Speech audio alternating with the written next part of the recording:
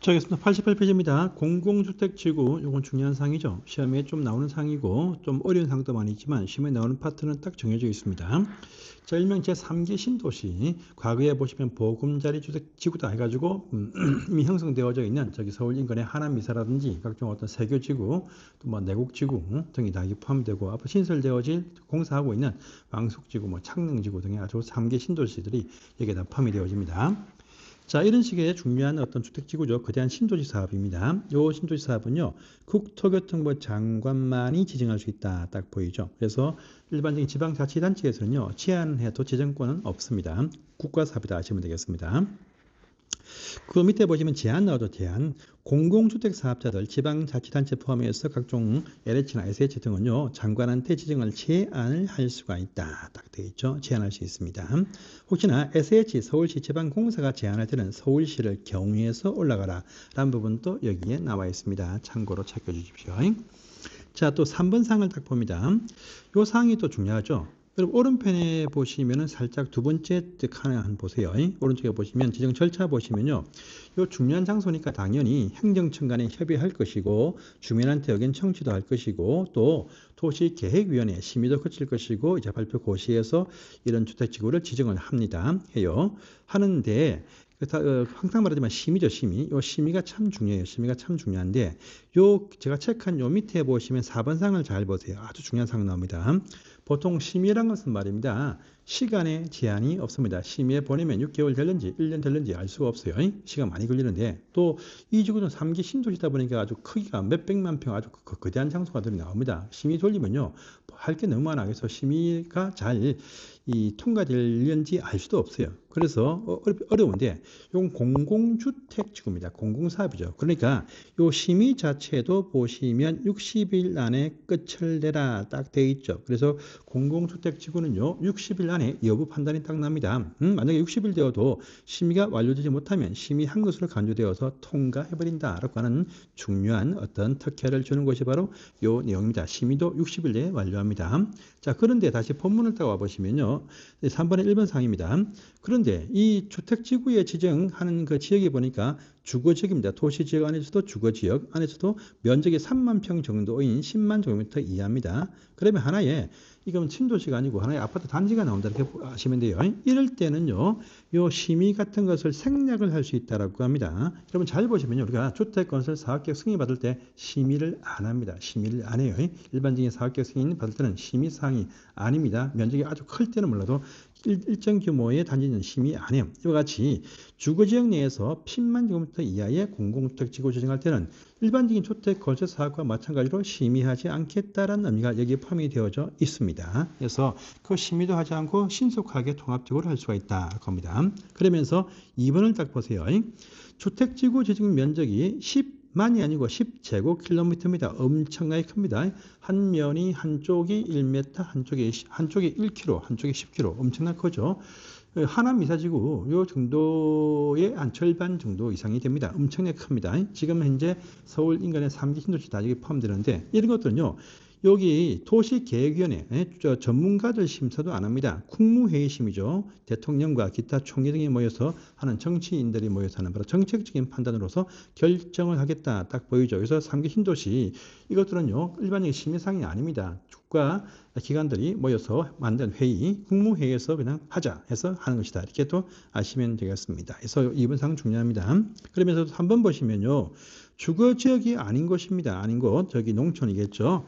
100만 제곱미터, 30만 평, 요 이하도 별로 안 큽니다. 작아요. 실제 30만 평이 크냐? 작습니다. 우리 인근에 보시면 제일 작은 곳이 뭐 계양지구 등이 요 정도에 포함되는데, 요런 정도일 때는요, 주택지구 지정할 때 개발 계획도 같이 동시에 그냥 한 번에, 한 방에 다 승인할 수 있다라고 하는 부분도 있습니다. 그래서 이런 식의 30만 평 정도 이하일 때는요, 아예 주택지구 지정할 때 들고 올 때 개발 계획 세워서 같이 와라. 한 방에 동시에 하겠다라는 의미도 여기 포함이 되어져 있습니다. 그래서 이 부분들 체크하시고 또 시험에 나왔습니다. 자, 보시고요. 다음 2번 보시면은요, 특별관리지역 지정이 있죠. 이것이 저번 시험에 나왔던 사항이죠. 주택지구라는 것은요, 대부분 다 여러분들 실제 3기 신도시 잘 보시면 전부 다 그린벨트 개발 제한 구역 안에서 전부 다 나왔습니다. 보시면 저기 왕숙지구라고 하는 거대한 800만 평 땅도 전부 다 보면 그린벨트 내에서 다 나왔어요. 그린벨트 풀어가지고 이제 대부분 다 보시면 이 공공주택지구 지정합니다. 그런데 이 주택지구 지정할 때 해제가 딱 되었어요. 그린벨트까지 같이 풀렸는데 이 주택지구 자체를 포기합니다. 해제를 합니다. 해제를 해요.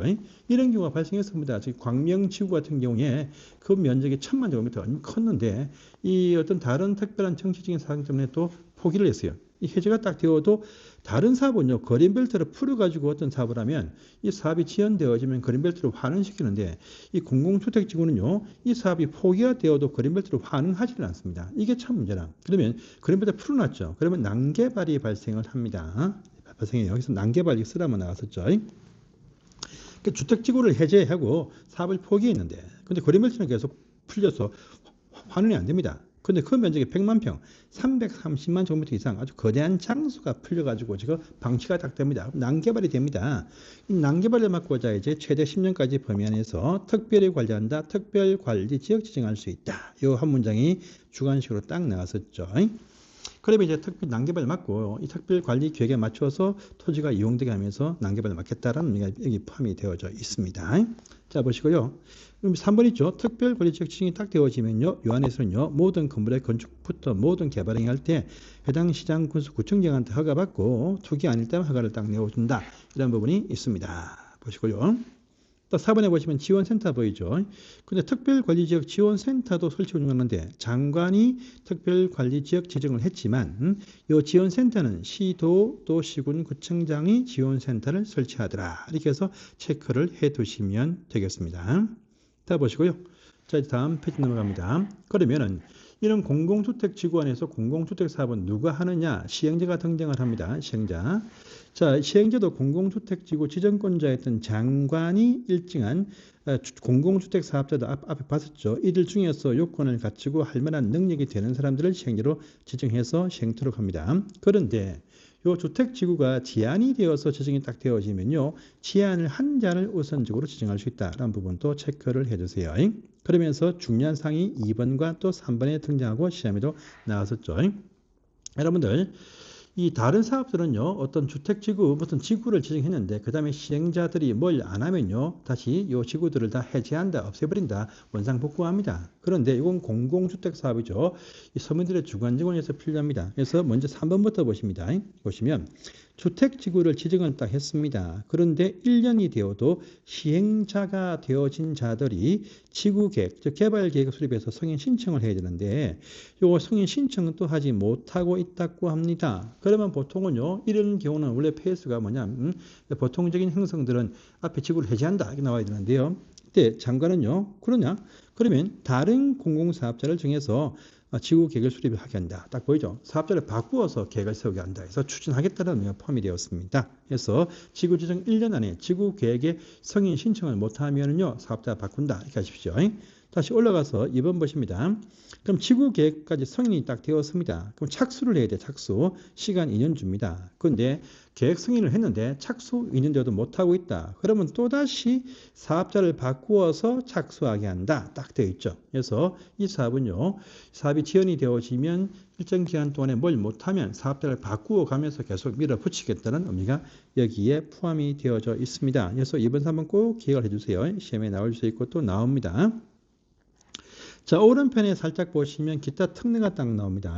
보시면은요, 이 조성 토지의 공급 방법 있죠. 이 지구가 큽니다. 그러면 그 획지가 뭡니까? 이 각기 그 안에 단위 구역들이 엄청나게 많습니다. 뭐 20개, 30개, 40개 나옵니다. 하나미사 같은 경우는요, 아파트 단지가 한 55개가 있습니다. 단지만. 그래서 엄청 크겠죠. 이런 지구 계획에 정하고 있는 바에 따라서 요 택지들을 공급을 딱 해야 됩니다. 그런데 이때 보시면 국민주택 건설용지로 공급할 때는요, 서민들의 주관적을 위해서 그냥 원가만 받고 하겠다. 조성원가 이하죠. 감정평가액도 아니고 조성원가 이하, 거의 실제 토지 매입 비용과 공사 비용, 토목 공사 비용만 딱 주고 땅을 넘길 수 있다라는 부분 체크하십시오. 그러면서 그 밑에 별표 이것이 시험에도 나왔었죠. 나왔습니다. 그랬죠. 우리가 개발 제한 구역에 보통 정한되겠습니다. 그래서 개발 제한 구역에 대해서 주택지구로 지정을 하고자 할 때는요. 자, 우리가 개발 제한 구역을 해제할 때는 말입니다. 다른 특별법에서 도시군 관리局이란 엄격한 절차를 통해서 아주 심도 있는 절차를 밟아가지고 해제 활동 발동합니다. 그런데 이 개발 제한 구역에 주택지구 지정할 때는요. 딴 거 필요 없어요. 그냥 이 안에서 개발계획, 지구계획, 개발계획 요것만 승인해서 고시해버리면요. 개발 제한 구역이 자동적으로 해제 결정이 된 걸로 간주한다는 겁니다. 개발 제한 풀 때 아주 복잡한데요. 근데 그린벨트 안에 개발장 안에 공공주택지구 정할 때는요. 공공주택지구 지정하고 그 다음에 요 개발 계획을 수립 고시한 순간에 그냥 그린벨트 풀렸다 이렇게 간주해주는 초특급 혜택을 주는 특별한 어떤 지구다 이렇게 또 아시면 되겠습니다. 또 당연히 공공주택 사업자들은요. 이 공공주택 사업을 해서 강제 토지 수용권이 나옵니다. 수용권이 나와. 이건요. 주택지구 지정 발표한 고시한 순간부터 사업 인증이 딱 되어서 이제 강제 수용권을 부여해주는 또 초특혜를 준다라고 하는 혜택들이 있습니다. 이런 부분은 시험에 나왔었습니다. 그래서 보시고 이제 다시 본문을 오십니다. 본문을 딱 오시면은요. 공공주택의 건설과 매입편입니다. 옆편 또 아셔야 됩니다. 공공주택 사업자들은 공공주택에 관한 사업계획은요. 일반적인 주택 건설이 포함되어 있어도 이제 일반적인 사업계획 승인권자가 아니고 국토교통부 장관한테 승인받게 되어 있다. 기본 알아두십시오. 그 다음에 자, 그 밑에 2번의 1번 상도 잘 보세요. 공공주택 사업자는 부도임대주택 중에서 부도임대주택을 매입해서 공공임대로 공급할 수 있다라고 합니다. 여러분들 실제 보시면요.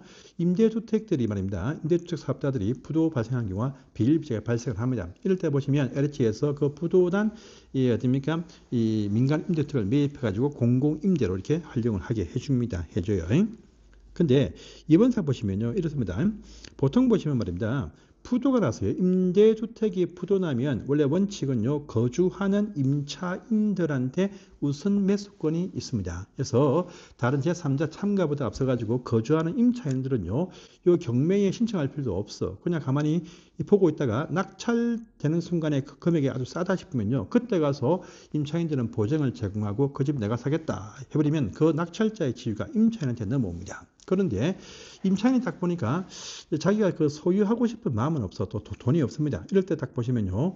이 민간임대사업자의 부도난 임차인들은요. 이제 공공주택 사업자한테 이 집에 내가 계속 살고 싶은데 내가 우선 매수권이 있다. 근데 당신이 대신 이 집을 매입해서 내가 당신이 매입을 해서 공공임대로 바뀐 그 집에 계속 살고 싶다. 이렇게 요청을 하면요. 좋다 해가지고요.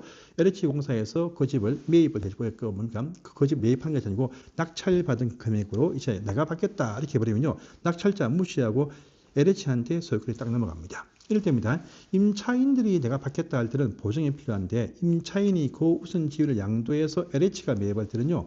보증 제공할 필요 없이 그 집을 떠올 수 있다라는 의미가 여기 2번에 나와 있죠. 그래서 우선 매수할 권리 임차인이 양도하면 공공주택 사업자는 보증 제공 없이 우선 매수 신고함으로써 그 집을 바로 낙찰받은 금액에 싸게 떠올 수 있다. 그러면 거주하는 임차인들은 이제 민간 임대주택의 임차인이었다가 공공 임대의 임차인으로 바뀔 수 있다라는 의미가 여기 2번에 내포가 되어져 있습니다. 이런 부분들 체크해 주시고요. 또 밑에 관로 2번 참 중요한 사항이죠. 우리가 기존 주택 등 매입 임대가 있어요.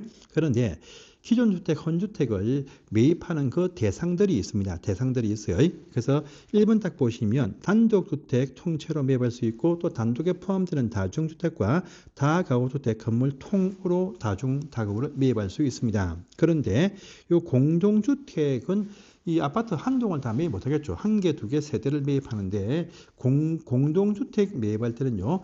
국민주택 규모죠. 전용 85 이하짜리만 매입해서 매입해가지고 다시 임대 칠 수 있습니다. 이것이 원칙이에요.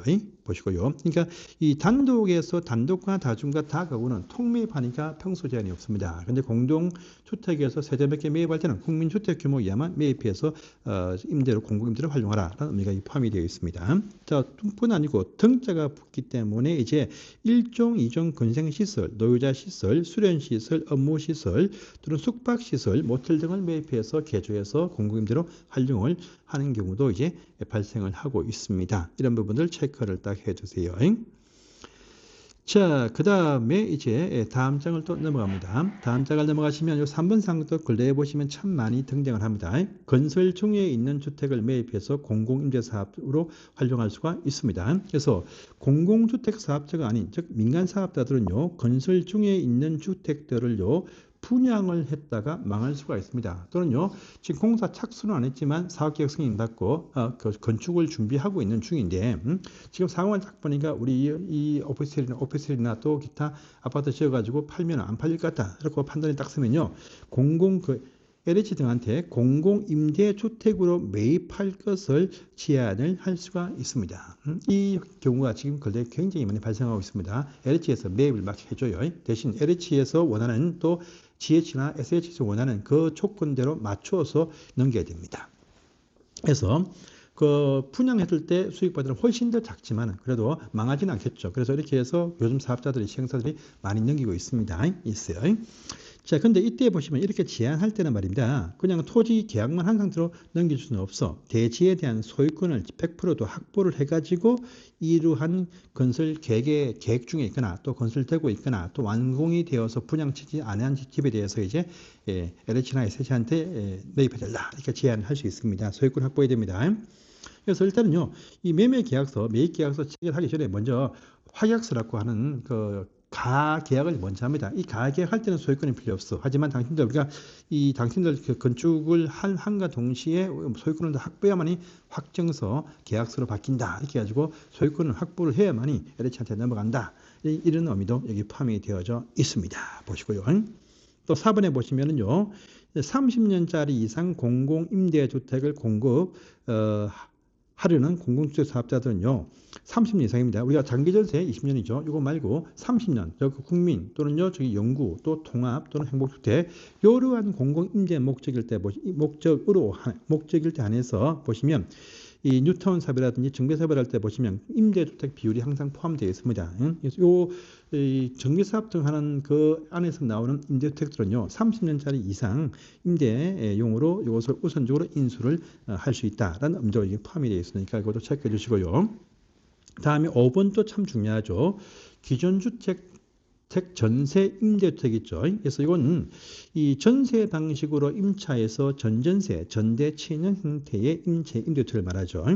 그런데 요 기준주택 전세 임대주택은요, 전용 85 이하짜리만 전세 방식으로 임차해가지고 전전세 쳐야 됩니다. 그런데 이 경우도 보시면 가구원 수가 5명 이상인 대형 가구이거나 또요 미성년자, 태아를 포함해서 애들 3명 이상 가지고 있는 다자녀 가구들한테는요, 이들을 위해서는 좀 큰 평수가 필요해. 그래서 85 초과하는 평수도 매입해서 임대사업으로, 매입이 아니죠, 전세 방식으로 임차해서 전전세, 전대 칠 수가 있습니다. 그래서 이것도 체크를 꼭 해주세요. 그러면서 6번 상봅니다. 공공주택사업의 신속한 추진 등을 위해서 국토교통부에 보면 공공주택본부를 설치한다. 여기까지 해서 이 편을 정리하시면 되겠습니다. 자, 이후 사항들은 다음 시간에 하겠습니다.